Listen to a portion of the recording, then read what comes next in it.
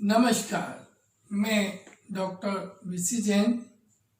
मैं आज आपके लिए क्लास 10th का क्षितिज भाग 2 दंतुरित मुस्कान और फसल, जो कि कवि नागार्जुन द्वारा लिखी गई कविताएं हैं, पढ़ाने जा रहा हूँ। मेरा चैनल हिंदी उत्थान आपने सब्सक्राइब नहीं किया हो तो आप सब्सक्राइब कर लें ताकि नए नए टॉपिक आप तक पहुँच सके। आइए पढ़ते हैं दंतुरित मुस्कान। सबसे पहले दंतुरित मुस्कान कविता में कवि ने छोटे बच्चे की दांत दिखा करके जो मुस्कुराता है तब प्रसन्नता हृदय में उत्पन्न होती है, उसका वर्णन किया है। कवि कहता है, कवि बाहर गया था और बच्चा थोड़ा सा प्रतिक्रिया देने वाला हुआ, तब वह आया और माँ की गोदी में जब वह बच्चा देखता है और बच्चा दांत निकाल के हंसता है, प्रतिक्रिया देता है, उसको देख करके कवि कहता है, तुम्हारी यह दंतुरित मुस्कान, बच्चे से कहता है, कैसी है? मृतक में भी डाल देगी जान। पहला पॉइंट है। पहला पॉइंट 3-4 एग्जाम्पल दिए हैं, ध्यान से सुनिएगा। बच्चे की दंतुरित मुस्कान ऐसी है कि मृतक व्यक्ति में भी जान डाल दे, अर्थात कठोर से कठोर हृदय वाला व्यक्ति भी बच्चे के मुस्कुराहट को देख करके प्रसन्न हो जाता है, उसके आनंद की अनुभूति होती है, इसलिए मृतक में भी जान डाल दे, ऐसा कहा। सेकंड, धूल धूसर तुम्हारे गात, छोड़कर तालाब मेरी झोपड़ी में खिल रहे जलजात। सेकंड पॉइंट है, मेरे साथ याद करिएगा कि धूल धूसर, जो छोटे बच्चे होते हैं वो मिट्टी में चारों तरफ से उनके शरीर पे मिट्टी पड़ी रहती है, कहीं भी लौटते रहते हैं। हमें शहरों में तो इतना नहीं देखने मिलता है, लेकिन गांव में आज भी धूल में बच्चे खेलते रहते हैं। तो धूल धूसर तुम्हारा गात, गात माने शरीर, तो धूल से सड़ा हुआ शरीर इतना सुंदर लग रहा है कि कभी मालूम क्या कहता है कि कमल के फूल तालाब को छोड़ करके मेरी झोपड़ी में आकर के खिल गए हों। सेकंड एग्जाम्पल दिया, छोड़कर तालाब मेरी झोपड़ी में खिल रहे जलजात माने कमल। परस पाकर तुम्हारा ही प्राण, पिघल कर जल बन गया हो कठिन पाषाण। थर्ड एग्जाम्पल दिया है कि यह बच्चे के लिए कहा है कि बच्चे का स्पर्श पाकर के ऐसे लगता है कि कठोर पाषाण माने पत्थर भी जल के रूप में पिघल गया हो, अर्थात कि कठोर से कठोर हृदय भी पिघल जाता है, आनंदित हो जाता है, प्रसन्न चित्त हो जाता है। नेक्स्ट, छा गया तुमसे कि झरने लग पड़े सेफलिका के फूल, बास था कि बबूल। अब फोर्थ नंबर क्या कहा मालूम है कि बांस और बबूल के कांटेदार पेड़ होते हैं। कभी कहता है कि उन कांटेदार बांस इत्यादि के पेड़ों से, बबूल से भी सेफलिका सुंदर फूल झड़ने लगे हो। सेफलिका में सुंदर फूल आते हैं, तो वो सुंदर फूल कांटेदार पेड़ों से भी झड़ने लगे हों। तो 4 एग्जाम्पल किसके लिए दिए? बच्चे की मुस्कुराहट की तुलना की गई है। नेक्स्ट, तुम मुझे पाए नहीं पहचान। कभी बच्चे से कहता है, ये बच्चे है शिशु, तुम मुझे पहचान नहीं पाए, देखते ही रहोगे अनिमेष, थक गए हो, आँख लूं मैं फिर। कभी कहता है कि मैं तुम्हें देखते देखते मुझे ऐसा लग रहा है कि तुम थक गए हो, इसलिए मैं अपनी आंखें फेर लेता हूँ, अर्थात तुम्हें मैं आराम देना चाहता हूँ। अनिमेष, अनिमेष कहलाता है लगातार बिना पलक झपकाए देखते रहना। यदि तुम्हारी मानव माध्यम बनी होती आज, मैं न सकता देख मैं न पाता जान। अगर तुम्हारी माँ ने मेरा परिचय नहीं कराया हो गया, माध्यम नहीं बनी होती तो मैं तुम्हें जान नहीं पाता ना पहचान पाता।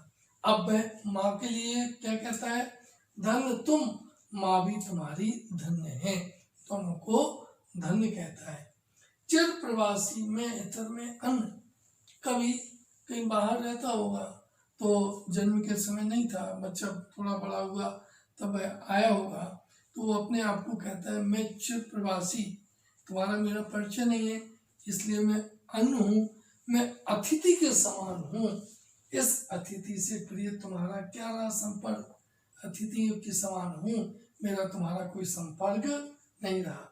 उंगलियां माँ की कराती रही मधुर पर्क, और तुम्हें तो केवल अपने माँ के उंगलियों का स्पर्श ही पता है। मधुर पर्क कहलाता है शहद इत्यादि मिला करके जो बच्चों को चटाया जाता है, वह मधुर पर्क है। तो माँ की उंगलियों का स्पर्श ही बच्चा अभी जानता है। देखते तुम इधर कन की मार और होती जबकि आंखें चार, मुहावरा है कन की मार आंखें चार। बच्चे को जब गोदी में लेते हैं तो बच्चा चुप चुप करके और देखने लगता है। कन की मार मतलब चुप चुप करके देखना।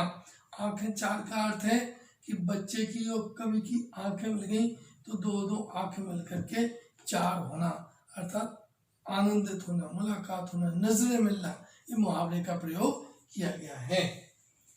तब तुम्हारी दंतुरित मुस्कान मुझे लगती बड़ी छीमान, ऐसे में जब मैं तुम्हें देखता हूँ, तुम मुझे देखते हो और मुस्कुराते हो, मैं भी मुस्कुराता हूँ, तो तुम्हारी दंतुरित मुस्कान मुझे बड़ी छविमान, अच्छी, सुंदर, शोभायमान लगती है। दंतुरित मुस्कान मतलब थोड़े से दांत निकाल करके जब बच्चा हंसता है। इस प्रकार से इसमें वात्सल्य रस का वर्णन किया गया है, कुछ छोटे बच्चे की मुस्कुराहट का वर्णन किया गया है। एनसीईआरटी के अपन प्रश्न देखते हैं। बच्चे की दंतुरित मुस्कान का कवि के मन पर क्या प्रभाव पड़ता है। बच्चे की दंतुरित मुस्कान का कवि के जीवन पर निम्नलिखित प्रभाव पड़ता है, उसके मन पर। उसने 3-4 एग्जाम्पल दिए जो आप इसमें लिखेंगे कि मोहित करने वाली जो मुस्कान है वह मृतक व्यक्ति में भी जान डाल दे, कठोर व्यक्ति का भी दिल पिघल जाता है, अर्थात पाषाण भी पिघल जाता है।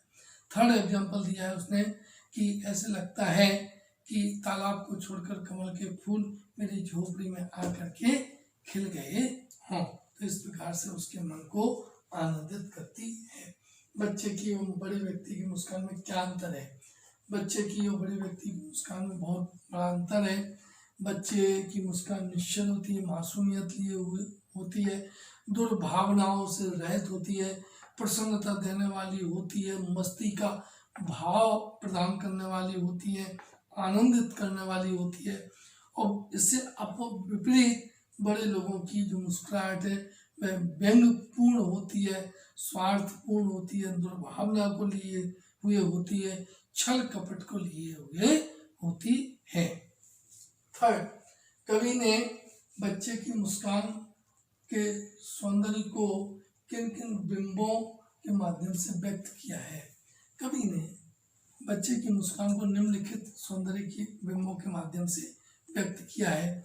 जैसे बच्चे की मुस्कुराहट को कवि ने मृतक में भी जान डाल दे, अर्थात कठोर दिल वाला भी पिघल जाए, पाषाण भी पिघल कर जल बन जाए, कमल के फूल तालाब को छोड़ करके और झोपड़ी में खिलने लगे। और स्पर्श के लिए लिखा कि बच्चे का स्पर्श पाकर ऐसा लगता है कि बांस और बबूल के पेड़ में भी सिफलिका के फूल झड़ने लगे हों।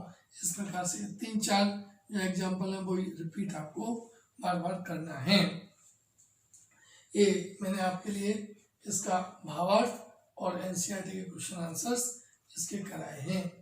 सेकंड जो कविता है वो है फसल।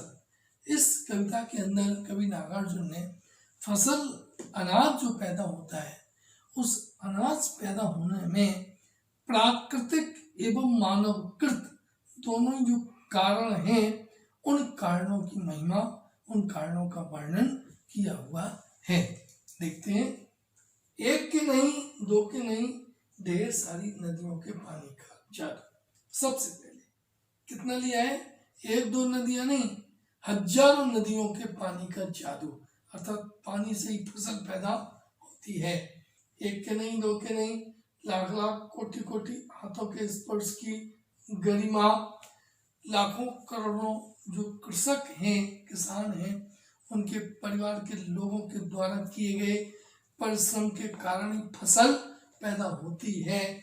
तो उनके स्पर्श की गरिमा, एक की नहीं, दो की नहीं, हजार हजार खेतों की मिट्टी का गुणधर्म, उपजाऊ मिट्टी के बारे में बात की गई है। काली जो संदली मिट्टी है, उस मिट्टी का गुणधर्म जिसमें बीज डाला जाता है। फसल क्या है, और तो कुछ नहीं है वह, नदियों के पानी का जादू है वह, हाथों के स्पर्श की महिमा है, भूरी काली संदली मिट्टी का गुणधर्म है, रूपांतर है सूरज की किरणों का, सिमटा हुआ संकोच है हवा की थिरकन का। इसमें ये ऊपर जो पॉइंट कहे वो सारे पॉइंट लिए गए हैं सेकंड पैराग्राफ में कि फसल क्या है। तो पहले नंबर क्या किया, नदियों के पानी का जादू। दूसरा पॉइंट याद करिए मेरे साथ, याद करने की आदत डालें। दूसरा पॉइंट हाथों के स्पर्श की महिमा, लाखों करोड़ों परिश्रम करने वाले हाथों की महिमा। थर्ड, भूरी काली संदली मिट्टी का गुणधर्म, उपजाऊ मिट्टी का गुणधर्म, और सूरज की किरणों का रूपांतर, सूर्य के प्रकाश से ही फसल पैदा होती है। और किसका, हवा का थिरकन, जो हवा पानी और क्या मिलता है, सूर्य, इन तीनों को मिलकर के जो फसल पैदा होती है, किसमें, मिट्टी में। मेहनत किसकी, मजदूरों की, परिश्रम किसका, किसानों का। इन सबके संयोग से जो फसल पैदा होती है, तो उस फसल का वर्णन इसमें किया है। ये पांचों पॉइंट आप याद कर लीजिएगा। प्रश्न देखते हैं। फर्स्ट है, कवि के अनुसार फसल क्या है, वो रिपीट करना है इनके लिए, सरल है, बहुत इजी है। कवि के अनुसार फसल नदियों के पानी का जादू है, पानी की सिंचाई से होती है, करोड़ों मनुष्यों के परिश्रम का फल है, भूरी काली संदली मिट्टी का गुणधर्म है, उपजाऊ मिट्टी का गुणधर्म है, सूरज की किरणों का रूपांतर है क्योंकि उससे प्रकाश मिलता है, हवा का थिरकन है, हवा के संयोग के कारण ये फसल पैदा होती है। इस प्रकार से ये पांचों पॉइंट इसमें लिखना है आपके लिए। नेक्स्ट, कविता में फसल उपजाने में किन किन आवश्यक तत्वों की आवश्यकता पड़ती है, वो फिर से रिपीट करना है। फसल उत्पन्न करने में नदियों के पानी का जादू चाहिए, अर्थात पानी चाहिए। दूसरा क्या चाहिए, करोड़ों मनुष्यों का परिश्रम, मेहनत चाहिए, और उपजाऊ मिट्टी का गुणधर्म चाहिए, सूरज का प्रकाश चाहिए, हवा का थिरकन चाहिए। इन सब तत्वों से मिलकर के ही फसल उत्पन्न होती है। एक थर्ड प्रश्न और है, फसल को हाथों के स्पर्श की गरिमा और महिमा कहकर कवि क्या कहना चाहता है। चूंकि फसल में खाद, बीज, पानी, हवा, सूर्य, ये सब होने के बावजूद भी अगर किसान की मेहनत नहीं हो तो फसल पैदा नहीं हो सकती है। इसलिए उस कृषक के संपूर्ण परिवार के जो लाखों करोड़ों हाथों का जो परिश्रम है, उनके कारण ही ये फसल पैदा होती है। तो उनको विशेष महत्व देने के लिए, परिश्रम की महिमा बताने के लिए उसको गरिमा और महिमा शब्दों से यहाँ सुशोभित किया गया है। तो इस प्रकार से आप ये 3-4 जो प्रश्न हैं एनसीईआरटी के, ये आप करें। दोनों कविताएं बहुत सरल हैं और दोनों कविताओं में जो 3-4 एग्जाम्पल हैं वो आप जरूर लर्न करें। आंसर में वो लिखने की आदत डालेंगे तो ठीक रहेगा। आपको मैं बार बार बोलता हूँ कि आपको लिख करके ही प्रैक्टिस करना है, अर्थ लिखना है, और जो एनसीईआरटी के क्वेश्चन आंसर्स हैं मैं जो बता रहा हूँ आप लिखेंगे तो आपका आउटपुट बहुत अच्छा आएगा। मैंने ये 2 कविताएं आपको नागार्जुन की पढ़ाई, यह दंतुरित मुस्कान और फसल। ये क्लास टीचिंग मेथड मेरा आपको अच्छा लगा होगा तो मेरा चैनल हिंदी उत्थान आप जरूर सब्सक्राइब कर लें, लाइक शेयर करें और मैक्सिमम बच्चों तक मेरी बात को पहुंचाएं ताकि वो जुड़ सकें, बेनिफिट लें। एक प्रश्न का उत्तर मेरे कमेंट्स बॉक्स में आपको जरूर लिखना है कि फसल में किन तत्वों का योगदान होता है। फसल में किन तत्वों का योगदान होता है, इसका उत्तर आप जरूर लिखें। धन्यवाद।